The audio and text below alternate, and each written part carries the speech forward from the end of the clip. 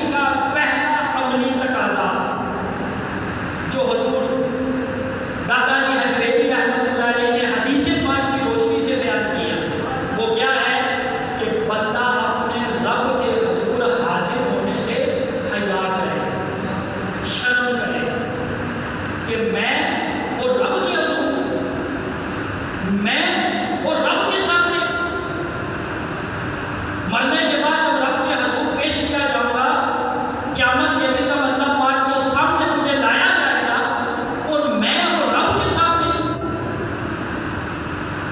اللہ پیارے میٹھے اسلامی بھائیوں، آپ ہم سب مسلمان ہیں، ہمارا یہ ایمان ہے کہ اللہ پاک ہے، اسی کے لیے دنیا بنائی ہے، وہی ایک دن اس دنیا کو ختم فرمائے گا اور قیامت کا دن قائم ہوگا، وہی مالک کریم عظیم قدرتوں والا جو اس دنیا کے بعد حساب کا دن مقرر فرمائے گا۔ ہاں اس دن مجھے اور آپ کو سب کو رب کریم کے حضور حاضر ہونا ہے، اپنے اعمال کا حساب دینا ہے۔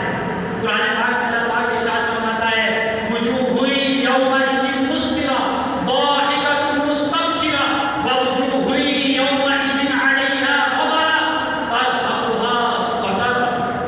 ترجمہ ترجمہ الفاظ، بہت سے چہرے اس دن روشن ہوں گے، ہنستے ہوئے خوشیاں مناتے ہوں گے، اور بہت سے چہرے اس دن ان پر گرد پڑی ہوگی، ان پر سیاہی چڑھ رہی ہوگی۔ اللہ اکبر۔ جب قیامت کا دن ہوگا، ہم سب اللہ پاک کے حضور حاضر ہوں گے، اس دن ہر ایک الگ ہی پریشانی میں مبتلا ہوگا۔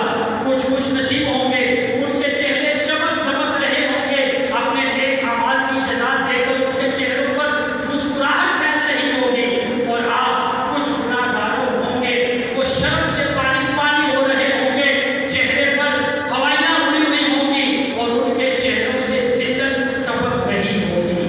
پیارے اسلامی بھائیوں، یہ اللہ پاک کے حضور حاضری کا منظر ہے۔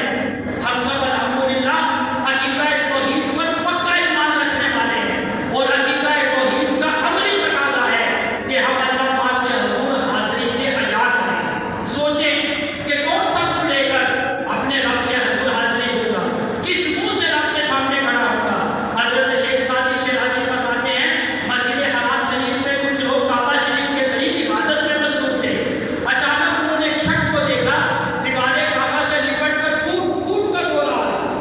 ان کے لبوں سے یہ دعا جاری کی، اے اللہ اگر میرے اعمال تیری بارگاہ کے لائق نہیں تو کل قیامت میں مجھے اندھا اٹھا۔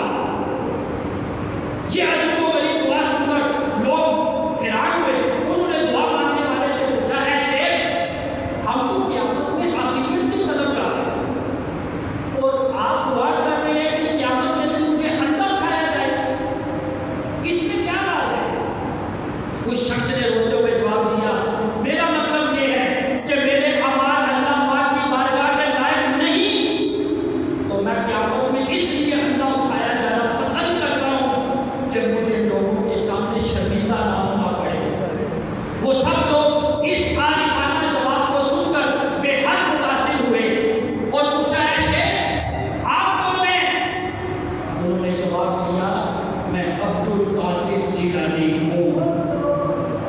تیرے خوف سے، تیرے ڈر سے ہمیشہ میں تھر تھر رہوں، کانپتا یا الہی بنا دے مجھے نیک نیکوں کا صدقہ، گناہوں سے ہر دم بچایا الہی، عبادت میں گزرے میری زندگانی، کرم ہو کرم گا خدا یا الہی۔ اے عاشقان رسول اللہ پاک ہمیں حساب آخرت کا خوف نصیب فرمائے، اور یقیناً ہمیں حساب دینے کے ہم قابل نہیں ہیں۔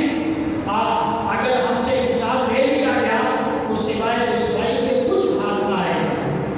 اس لیے دعا کرتے رہنا چاہیے کہ اللہ پاک ہمیں بلا حساب اپنی رحمت سے، اپنے محبوب صلی اللہ علیہ وسلم کی شفاعت سے جنت میں داخلہ نصیب فرما دے۔ تو بے حساب بخش کے ہے بے شمار جرم، تو بے حساب بخش کے ہے بے شمار جرم، دیتا واسطہ تجھے شاہ حجاز کا۔ تو یہ عقیدہ توحید کا پہلا عملی تقاضا کہ عقیدہ توحید پر ایمان رکھنے والا بندہ، اس کے دل میں رب کی حیا ہونی چاہیے، اللہ پاک کے حضور پیش ہونے کی شرم حیا ہونی چاہیے کہ میں کیسے اپنے آپ کو پیش کروں گا رب کے حضور۔ یہ حیا میرے عقیدہ توحید کو اور پکا کرے گا۔ دوسرا عملی تقاضا جس کو دادا